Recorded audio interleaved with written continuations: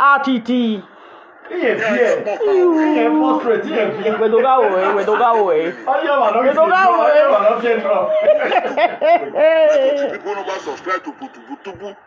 Local champion. Local champion. Salobua. Bianegua tostoku. Local champion. Moi speaker. First time I'm calling. I've never called you before. This is the first time I'm just calling into this show. Why am I speaker? Why am I Atiti? Why am I speaker? Oh, and you can't why Atiti? Why am I going? Let what here now? Why? Because I don't want when you're in my video. Yes. Yes. Why a video? Why a video? When I walk at you, why a video? Oui, Maria Togwe, Raoulé video de oui, Maria Togwe. Ima wage wa Atiti kuweke mwe video de. Iwa bokia la wagbe. You understand? Atiti oh, ma where they collect wife for? Ma where they collect wife for? Wow, where they collect wife? Atiti they cry oh, it be so woman. We don't know say na woman you not get. Now they cause beneath people. No, they don't collect the woman from Atiti. Social media no good oh. Atiti we wa swear. Atiti we ya the go the magician or Vivian. No, yes, in one way, no natural cake. Ijue, era, egbe ya fefe no ire egbewe. Eya in natural cake. Ajebo, fake orphanage. No. Atiti yo. Person dey carry your Atiti more than Atiti nuwe wa mu igo johun o ma ri igo nuwe ya wo eju eke avio moje school nuwe o meva iya gbo evi oje school ave fi eni opi ave ri eni we fu awo ne ari eni opi anijo Atiti we ma wo na ari eni we fu awo mo na ari eni opi anijo ibabo lawe gbe de Atiti o Atiti giso Atiti we wo pa Atiti wo ko pa o Iti wey dey do with your wa go talk am o. Emebe. Emebe ge lo gun ana.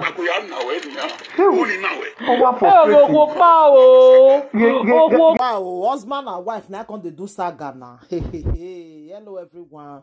Welcome back to my YouTube channel. If you have not subscribed, my darling people, please do subscribe and smash the notification bell. Thank you and God bless you. My darling people, my correct people, this video today now about Atiti and Ajebo. Wahala be like bicycle, oh, my people. Wahala be like bicycle. Hey, husband and wife now can they do saga? Oh. Before maybe take this Ajebo not like saga before. Me can shock now when me can they see now saga that he can they do now. The thing called the shocktalize me. Now, wow, not the way we not go see for this social media, my people. Not the way we not go see. Oh, Ajebo and the wife now they saga Atiti. This Atiti be saying doesn't change that day. Waiting can they play for social media for now? Now, wow, my people. Oh, this one not the tire now. If they finish for one, another one go they enter. Where till they play? Where till they play? Where till they play for now? This saga will never tire for New Year again. My people, more na can't listen. More na can't listen to husband and wife when they do saga. This Ajebo before be they say na better thing. Na person where all of us be just see like say this one not they do saga. Now, I don't see enter saga now. Now, wow. The reason say without saga, you don't go get view. My people, I put the video more than see. Thank you. More let me share the video. Bye. Atiti. We don't go away. We don't go away. We don't go away.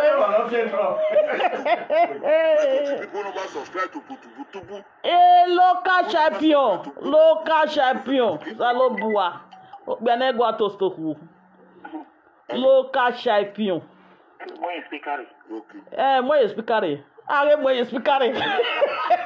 First time I'm calling. I've never called you before. This is the first time I'm just calling into this show. Moye speaker. Mama Emi, why am I going Atiti? Moye speaker. Oh, and you're talking about Chawa. Why I get bueno? Even what here now, Wama, because I don't want when you're in my video. Yes. Yes. Way. Moye video ni. Moye video when I walk at you. Moye video ni. We make ya talk buwe. Gaule moye video ni. We make ya talk buwe. Ima wage wa Atiti kuweke moye video ni. Iwa bokia la wagbe. You understand? Atiti ma where they collect wife for? Ma where they collect wife for? Wow, where they collect wife? Atiti they cry. Oh, it be so woman. We don't know say na woman not get. Now they cause beneath people. Now they don't collect the woman from Atiti. Social media not good though. Atiti we wa swear. Atiti we ya the go the magician or je vivien. No, yes, in one way, natural cake. Ijue, era, egbe ya fefe no ire egbewe. Eya a natural cake. Ajebo, fake orphanage. No. Atiti yo. First they carry your Atiti more than Atiti nuwe wa mwigo jong. Omairi go nuwe ya weju eke.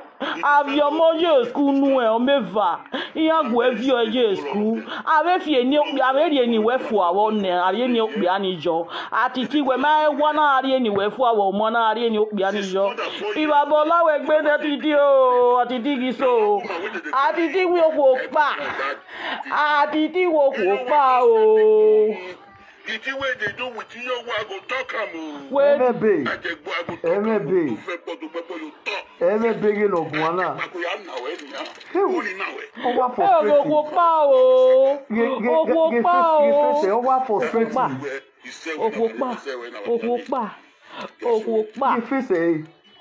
Who won you now with video? We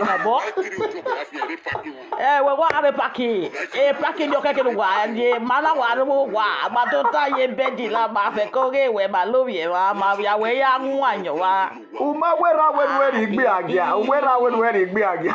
If I polite it, I go, Atiti so, walk, pow. Atiti walk, pow. Atiti walk, pow. Atiti wete ne bugwe wesi ogere Atiti te woku Atiti te woku ni makan we Atiti oni makan Atiti gbeya Atiti do gbeya yunuta so we na te wa agwa we na agwa le home nu we aria guy is frustrated man we na ata agwa le home nu we aria we na aye sta agwa lo we mi ni wa pray yi ne ma ya di owo ire na we na ria yen wa Atiti ma emi awekia Atiti ma emi when we celebrate dance for rewa e dia kan celebrate enu wa be ni Jesu ebi ya fefe ni wari ya wisho ma e wa kan ra ri be ni Jesu so ye te wa like koko ija we take on well we te wa wewu do ave mi ki aya we de no afi ki aju we wa wu eki we o ye do no re re e de no afi ki aju wo ye do ni wu Atiti oni wu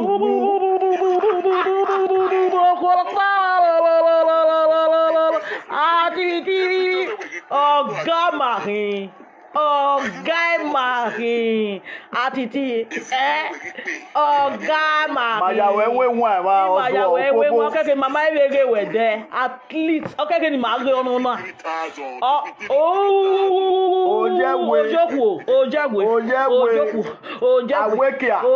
no ra ebe morocco no na de ino ri shi han de go ojegwe I did it. Was we are washing my door.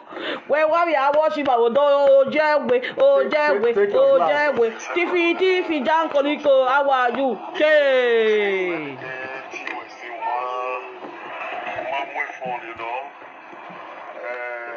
My brother is sad news, you know, but please.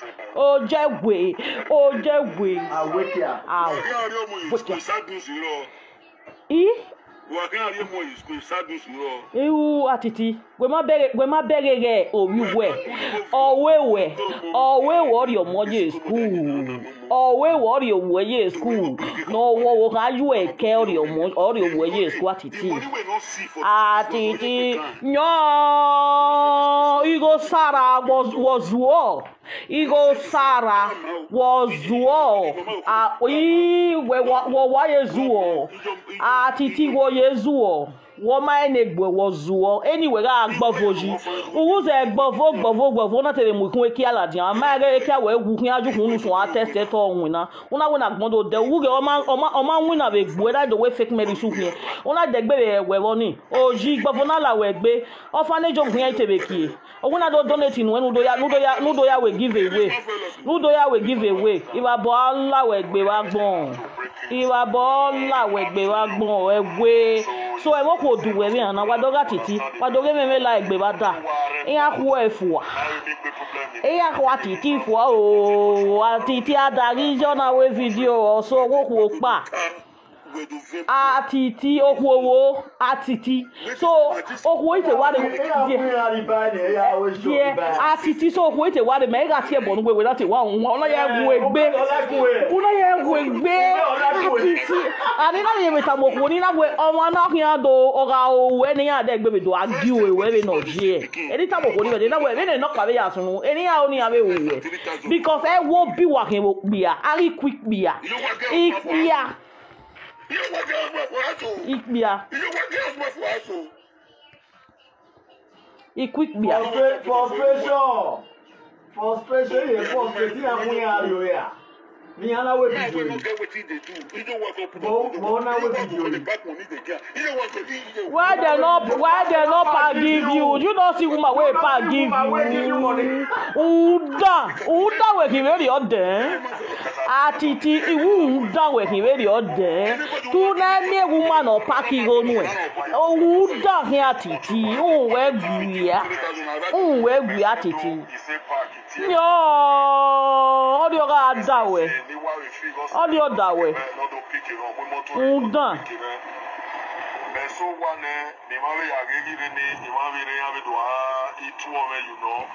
Atiti they say woman don't break it heart. The woman wey no even reach Atiti heart. He can't break it heart. Atiti. Oh. Wadogo Atiti so. Atiti gi so. Awe vela Atiti egbe wodo. Vela Atiti egbe.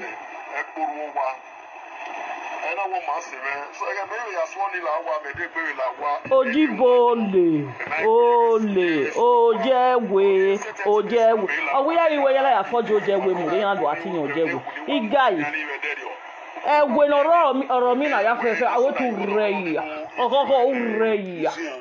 Ureya oji wa goji be ti omo ji wa dogo ji egbuwo wa la de do ta woji we ni egbuwe o ladian do explain e goji we ni wo be do agun na Atiti egbewe wa iwe wa na de pe ya force no do change nu oji bole ole tifi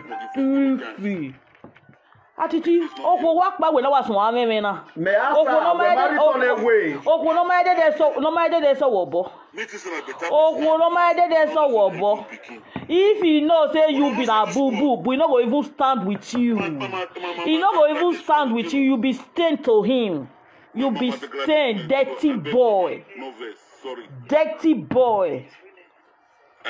tifi oh.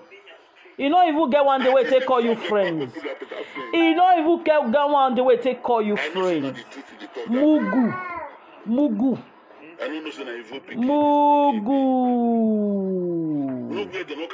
take us now. Mugu. We no know. No we. Go to the movie that they carry to do the map for my head. Mugu. Ogogyobo. You understand? Ogogyobo, see? When you are done, okay? Sorry, there.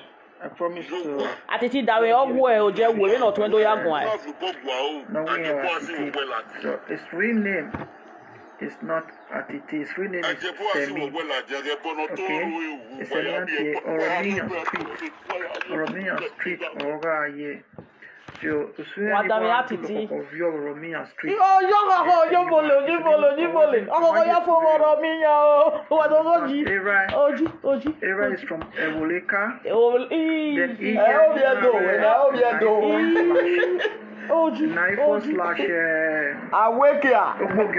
me ase 3,000 euro me pene. He was a good trader, but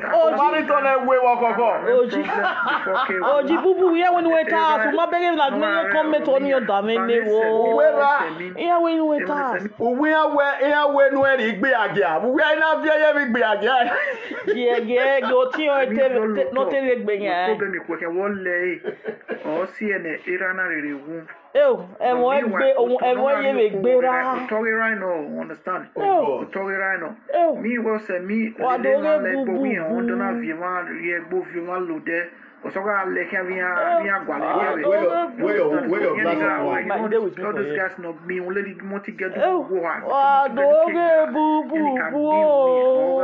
my years is just like a stupid way.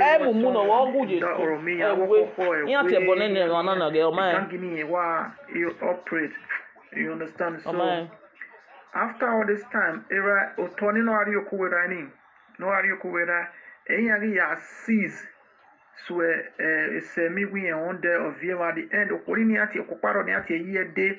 On your sponsor. Agbeju e awo adegbe awo sinu irabo e fun social media. E gba ti e bubu o wa re television keka. Oyira ya moto ni after some time I was okay because of my ira no okay. E wo bi o ma na gbejo. I'm making a seminar with live video ni we Spain ni wa. So what o ti o le get ogudia. Na ti Osas. The full name is Osarieme. Eru ara gwe nu dien dia. Ngwe dien. Semi, which is called Atiti, Semi a rename. Oh my God! You understand? Semi a rename. You can now live video or what you know, room about you rename about me. See me already. Already a room there. No, pastor no. See me. Only we make a semi gear. Then it's semi. Okay,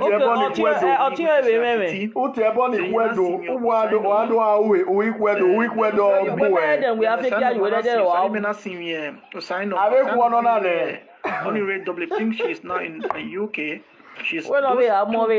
You are too small for me to deal with.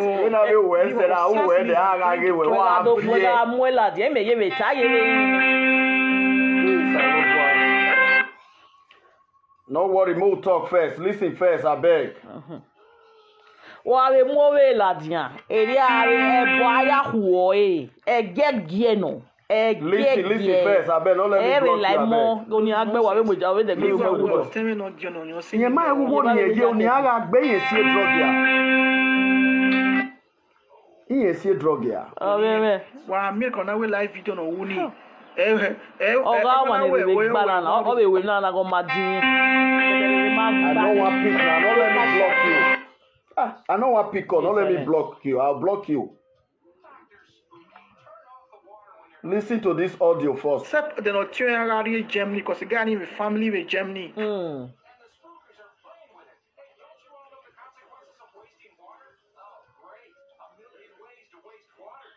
Ka block it. Oh, I be Germany or Germany.